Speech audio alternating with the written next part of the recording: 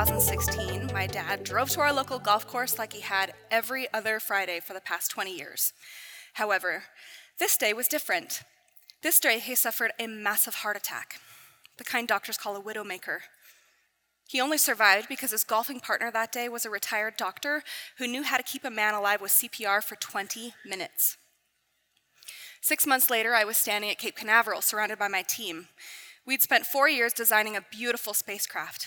My family was also there to watch as our work lifted off on its journey to rewrite science. I looked over. At my back was the Saturn V Visitor Center, a reminder of the incredible legacy I was a part of, and in front of us, the launch pad and the blinding white light of our rocket launching. I looked over and made eye contact with my lucky-to-be-alive dad.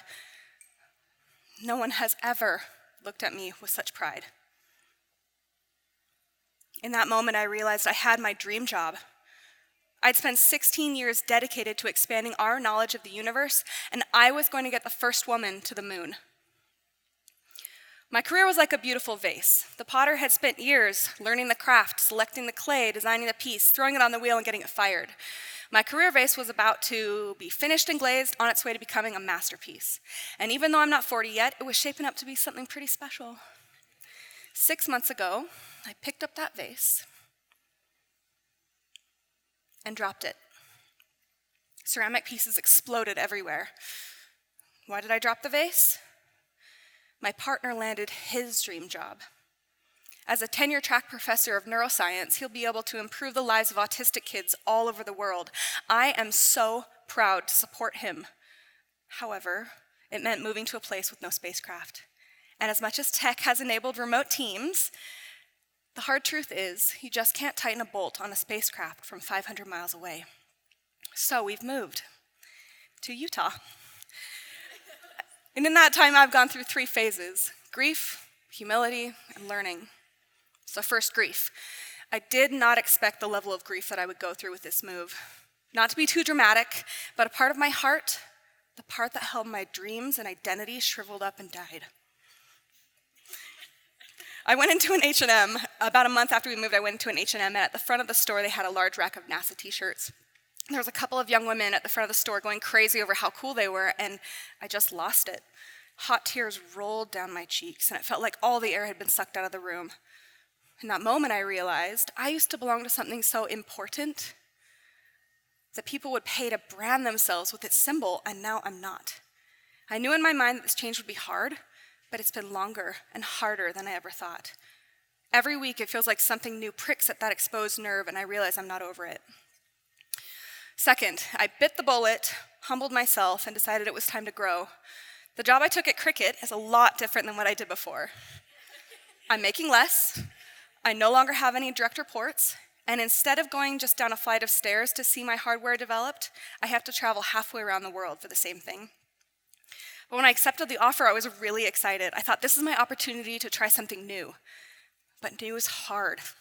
New means falling short a lot while you learn. And for a type A achiever like me, falling short is incredibly humbling. If all I cared about was safety and title, I never would have taken this job, and I would have missed out on so much. At Cricut, I work with brilliant people dedicated to a vision that I truly believe in. So third, learning so much so fast has completely energized my life. Second week of work at my new job, the CEO stopped me in the hallway to ask how things were going. Taken aback a bit, I honestly replied, "I'm having a really hard time.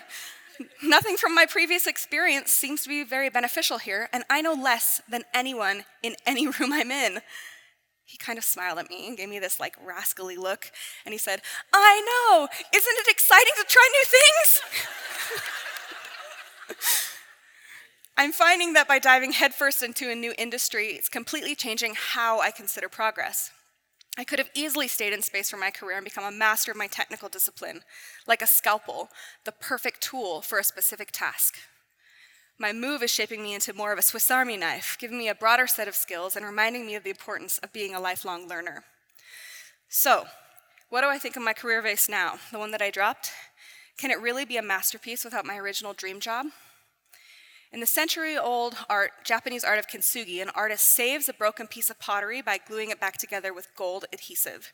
Instead of hiding the flaw, the crack is celebrated.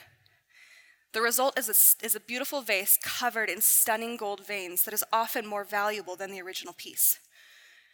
As I move through the phases of grief, humility, learning, and whatever comes next, I intend to piece my career back together kintsugi style, elevating it from that normal vase to a masterpiece.